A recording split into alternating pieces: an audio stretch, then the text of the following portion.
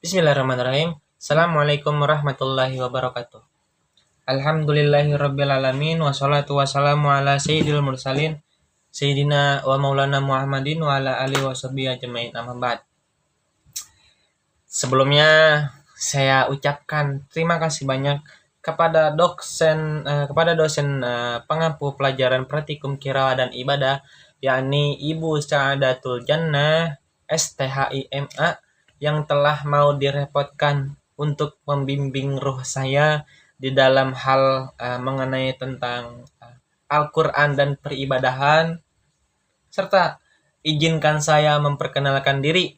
Perkenalkan, nama saya Muhammad Romli dengan NIM 114404041040092, mahasiswa semester 1 UIN Syarif Hidayatullah Jakarta, program studi ilmu hadis kelas C, kelas 1C.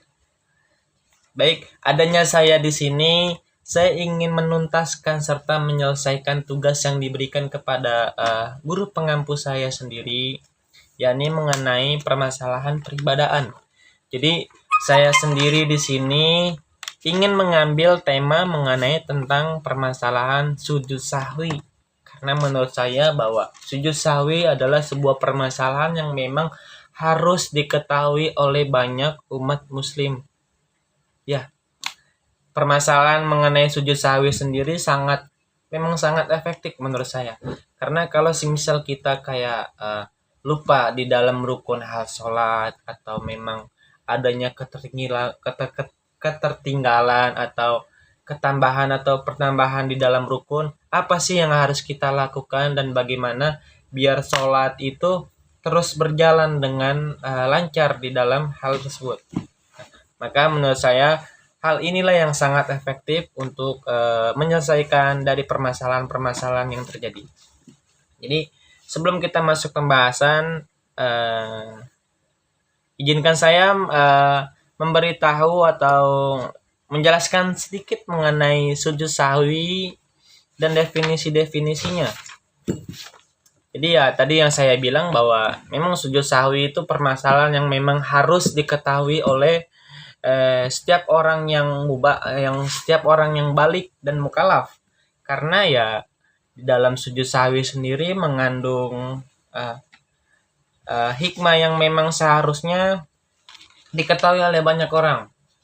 Kayak kita lagi lupa sholat, ya tadi saya bilang, kayak lupa sholat, terus kita ada penambahan rukun, biar kita nggak ngebatalin sholat, hal apa yang kita harus lakuin? Nah, maka jawabannya ya sujud sahwi.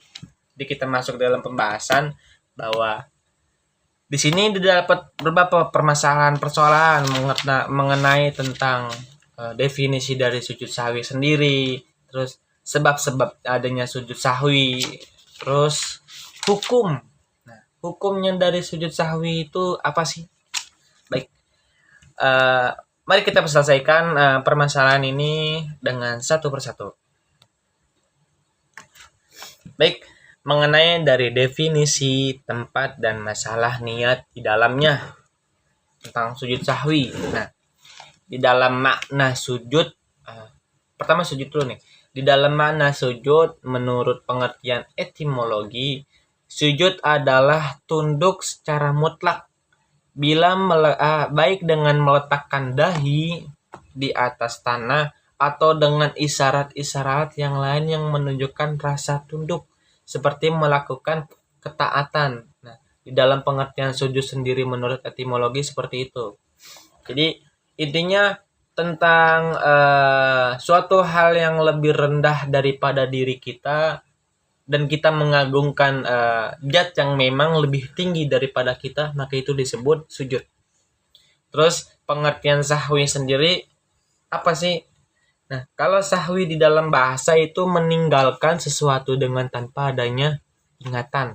Jadi di luar dari ingatan kita karena lupa, atau memang karena ya hal-hal yang sejenis dari lupa itu, maka itu dinamakan sahwi. Namun ada banyak nih pengertian sahwi ini menurut para fuqaha, para ahli fikih. kita bahas satu-satu mengenai pengertian sahwi sendiri dari mazhab Hambali. Mazhab Hambali pertama mazhab Hanafi. Jadi mazhab Hanafi sendiri mendefinisikan bahwa sujud sahwi adalah sesuatu nama dari dua sujud yang dilakukan oleh orang yang sholat. Nah tuh. Jadi mazhab Hanafi tuh bilang kalau sujud sahwi itu suatu sujud, suatu nama dari dua sujud yang dilakukan oleh orang yang sholat. Begitu juga dengan mazhab Syafi'i. Kalau dalam mazhab Syafi'i, sujud sahwi adalah dua sujud yang dilakukan oleh orang yang sholat, seperti sujudnya sholat yang dilakukan sebelum salam. Tuh. Jadi menurut mazhab Syafi'i seperti itu. Begitu juga dengan mazhab Maliki. Kalau mazhab Maliki itu juga bilang bahwa sujud sahwi adalah dua sujud yang sesudahnya orang yang melakukan bertasahud dengan tanpa membaca doa dan salawat atas Nabi. Jadi terus apa sih kalau dalam mazhab Hambali? Sebelum kita jelasin, kita pengertian dulu nih. Kalau di dalam mazhab Hambali, sujud sahwi ialah seorang yang melakukannya membaca takbir dan bersujud 2 kali. Kalau di dalam pengertian mazhab Hambali. Terus pelaksanaannya di dalam dalam masing-masing mazhab tuh kayak gimana sih? Nah, di dalam mazhab Hanafi sendiri, sujud sahwi sendiri adalah sujud seseorang yang lupa akan rukunnya di dalam sholat dengan melaksanakannya setelah ia salam ke arah kanan saja. Kemudian ia bertasawuf setelah 2 sujud dan setelah bertasawuf ia salam. Nah, kalau di dalam mazhab Hanafi seperti itu. Pelaksanaannya ya dia adanya di sebelum sujud salam ke kiri. Jadi salam ke kanan dia langsung melaksanakan sujud sahwi. Dengan sebelum sujud sahwi dia harus bertasahud dulu, baru itu melaksanakan 2 sujud. Nah, setelah melaksanakan 2 sujud baru salam. Kalau di dalam mazhab Hanafi seperti itu. Berbeda di dalam mazhab Syafi'i. Kalau di dalam mazhab Syafi'i yaitu sujud yang dilakukan pada saat sebelum melaksanakan salam. Nah, kalau di dalam mazhab Hanafi kan adanya kan setelah salam pertama dari kanan, maksudnya setelah salam ke kanan dia melakukan tasawuf terlebih dahulu, terus habis tasawuf baru dia melakukan 2 sujud, habis melakukan 2 sujud baru dia salam. Nah, kalau di mazhab Syafi'i berbeda. Sebelum salam dia hanya melakukan 2 sujud. Nggak perlu bertasawuf lagi. Terus setelah 2 sujud baru dia salam. Jadi berbeda sedikit mengenai tentang hal ini. Terus kalau di dalam mazhab Maliki sendiri adalah sujud yang dilakukannya itu bertasahud dengan tanpa membaca doa dan salawat atas Nabi. Apabila sujud sahwi itu dilakukan setelah salam, maka ia harus bersujud dan bertasahud serta mengulang salam. Dan demikian, ini wajib hukumnya. Bila lamanya ia tidak mengulanginya, maka sholatnya tidak batal. Berbeda. Kan kalau di dalam mazhab Hanafi cuma satu caranya, yaitu setelah salam ke kanan dia melakukan tasahud, habis itu melakukan 2 sujud, habis itu salam, baru sholatnya sholatnya selesai.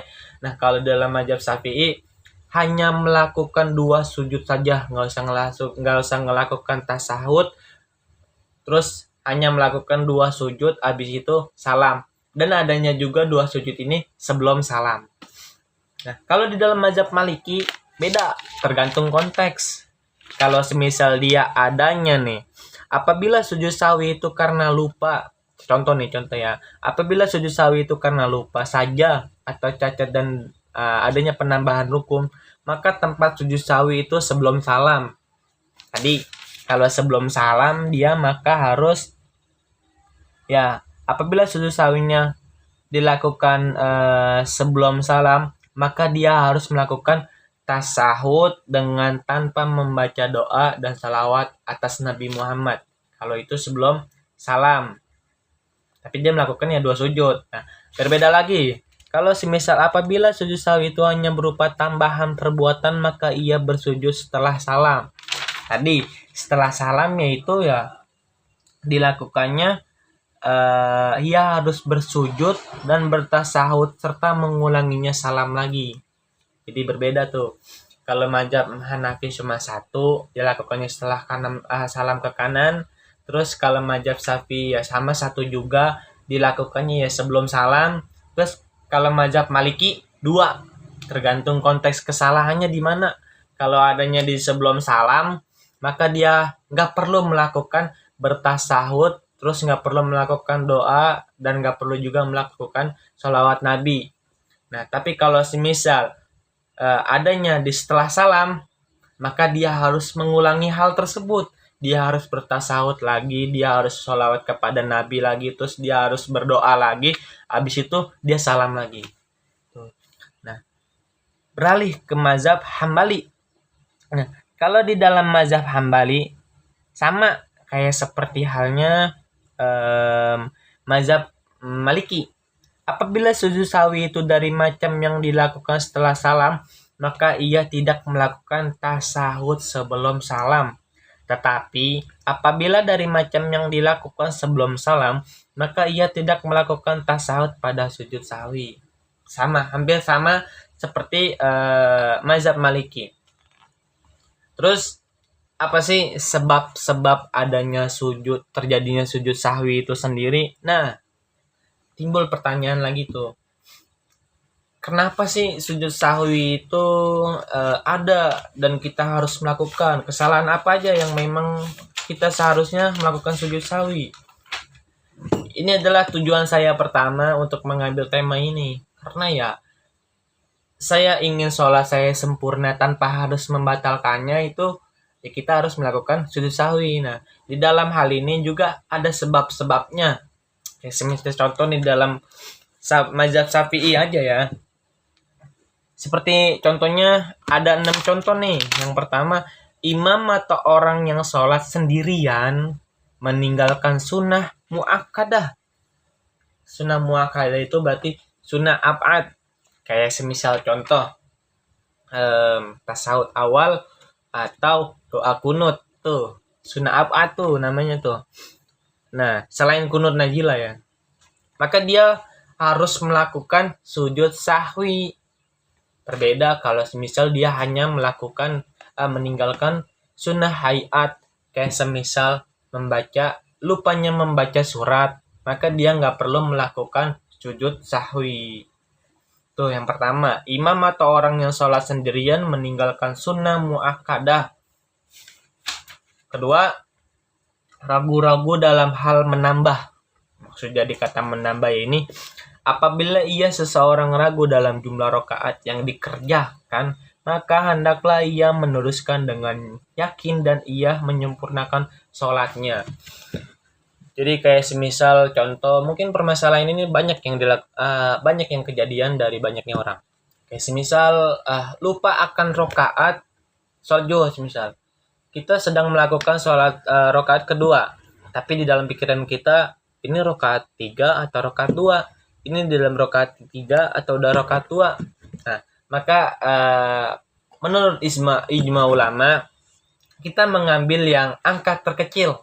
Maksudnya dari angka terkecil itu, kalau pemilihannya 2 atau 3, maka kita mengambil 2. Karena di dalam ijma ulama, lebih baik lebih daripada kekurangan. Nah, namun di dalam hal ini, dalam keraguan-raguan juga, kita harus melakukan sujud sahwi.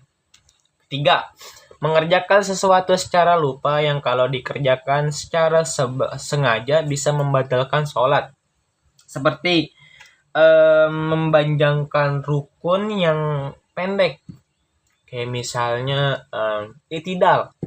Sami Allahu liman hamidah. Rabbana lakal mulku amdan katsiran thayyiban mubarakan fih. Pendek tuh rukunnya, tapi kita lama-lamain.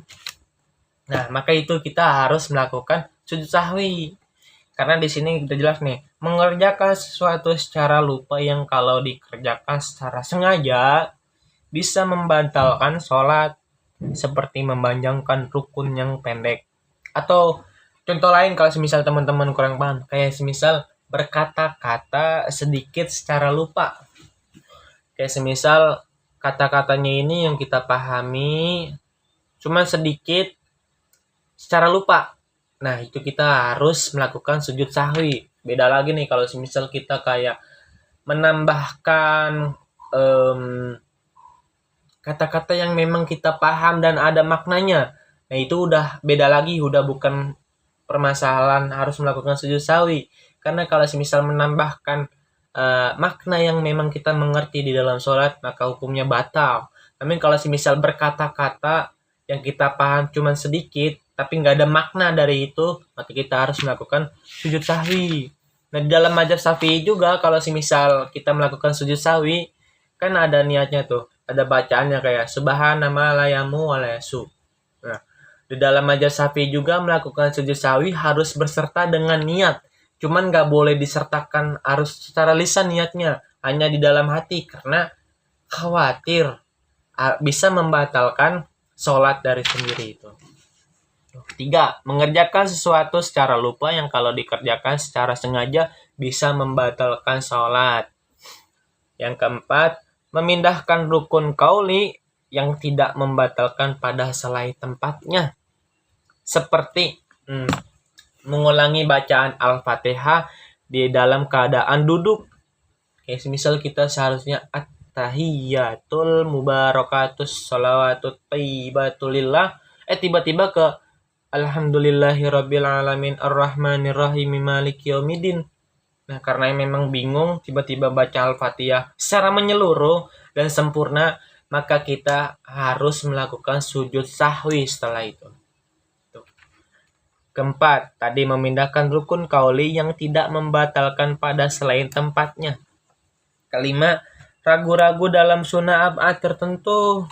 Maksudnya dari ragu-ragu dalam sunnah ab'ad tertentu yaitu kayak semisal di dalam kunut kan ada kita sholawat kepada Nabi sallallahu ala sayyidina Muhammadin nabiyil ummi wa ala alihi washabihi wa barik wasallam.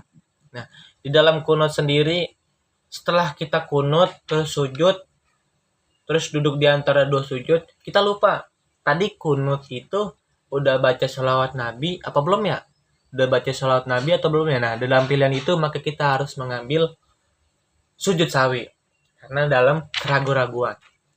Terus keenam, mengikuti orang yang dalam sholatnya terdapat cacat meskipun menurut keyakinan makmum.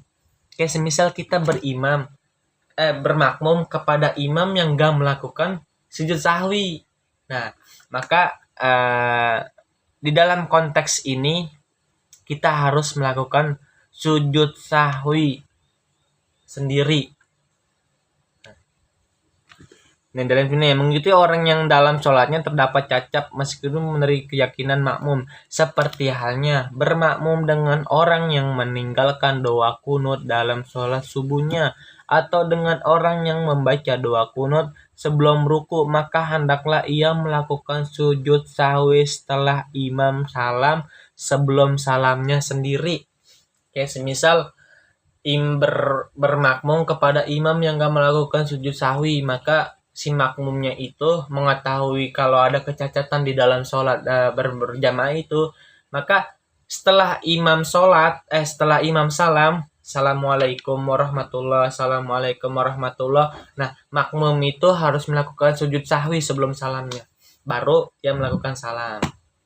Tuh sebab-sebabnya. Terus apa sih hukum sujud sahwi sendiri? Di dalam mazhab Syafi'i juga hukum sujud sahwi itu ada dua, kadang-kadang wajib, kadang-kadang sunnah, tergantung konteksnya. Kalau semisal yang wajib kita harus berjamaah, kayak kalau semisal wajib di dalam hal berjamaah nih, kayak semisal imam sendiri kan ya yang harus bertanggung jawab terhadap makmumnya. Imam tahu kesalahannya di mana, terus imamnya juga tahu dia harus melakukan sujud sahwi. maka sebagai makmum dia harus mengikuti imam, harus manut. Tuh, hukum yang pertama tuh, kadang-kadang wajib, kadang-kadang sunnah. Nah, kalau semisal sunnah, di dalam hal konteks sunnah ini, sholatnya itu nggak berjamaah, hanya sendirian. Kayak semisal dia lupa akan rokaat atau ada yang penambahan dari rokaat-rokaat itu, terus dia harus melakukan sujud sahwi, tapi sunnah. Kalau semisal dia nggak sujud sahwi juga nggak jadi masalah. Nah, tapi kalau misalnya wajib, dia harus melakukan sujud sahwi ketika imamnya itu melakukan sujud sahwi. Seperti itu tentang pembahasan sujud sahwi. Jadi kesimpulannya bahwa sujud sahwi adalah dua sujud yang dilakukan untuk menambalkan atau memperbaiki sholat rukun-rukun sholat yang memang bersifatnya hanya abad, ya, bersifatnya hanya rukun yang memang itu rukun sunnah muakkadah, sunnah yang emang hampir-hampir mendekati dengan wajib. Tuh. Jadi kesimpulannya itu, dan hukumnya sujud sahwi itu tergantung dari konteksnya. Ingat, kalau semisal wajib ya kita berjamaah, pas lagi berjamaah. Kalau semisal sunnah dia pas sendirian. Mungkin pembahasan tentang mengenai sujud sahwi dari saya itu saja. Saya Muhammad Romli pamit undur diri. Apabila ada ilmu yang memang membingungkan atau mungkin ilmu yang memang tidak sepemikiran atau yang teman-teman tahu tentang mengenai ilmu sujud sahwi sendiri, karena mungkin teman-teman sendiri lebih paham daripada saya, karena saya di sini hanya ingin menyelesaikan tugas yang diberikan oleh guru pengampu saya, ini Ibu Saadatul Jannah, mengenai tentang praktikum ibadah dan qiraah. Saya hanya ingin menyelesaikan tugas saya sendiri. Bila mana ada kesalahan di dalam pembahasan keilmuan, tolong koreksi saya. Dan bila malah ada salah perkataan atau perbuatan, tolong maafkan saya, karena kurangnya itu dari diri saya dan lebihnya dari Allah. Ingat, tangjur mangkola wala tangjur mangkola. Kalau semisal ada orang yang mengucap, maka lihatlah yang diucapinnya, jangan ngelihat siapa yang mengucap. Mungkin dari saya hanya itu saja, kurang lebihnya mohon maaf. Assalamualaikum warahmatullahi ta'ala wabarakatuh.